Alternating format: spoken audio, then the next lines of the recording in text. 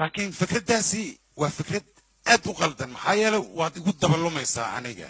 jirjiroole ayaan ahay aniga waa howl badanahay marka inaa waqti aadna saakeena lumin soo kuma wanaagsana aan isfahamno aniga haddaad fahamtid waa naaxaysaan ku yiri heer sarena waad noqonaysaa xisbigaana waa kugu wareejinaya hoy xisbigaa ka hadlaysaa oo adiga aad wadatid xisbigaa aad wadatid soo ega ii sheeg war adiga xisbi tuuganimo aa wadatay 4 saacaad jaanis heshay war adiga waxaad tahay waa la yaqaanaa tuugaa tahay truufatoraa tahay khaa'inaa tahay wax walba lagu yaqaanaa aad tahay marka dadka aad gaadaysid bes adiga intaan kaa aamusanahay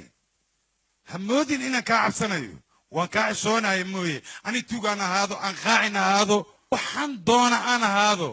adiga maxaa kaaga jira ii sheeg maxaa kaa quseey waryaa waddankan inta u shaqaynayso dhan kulli waa wada وقف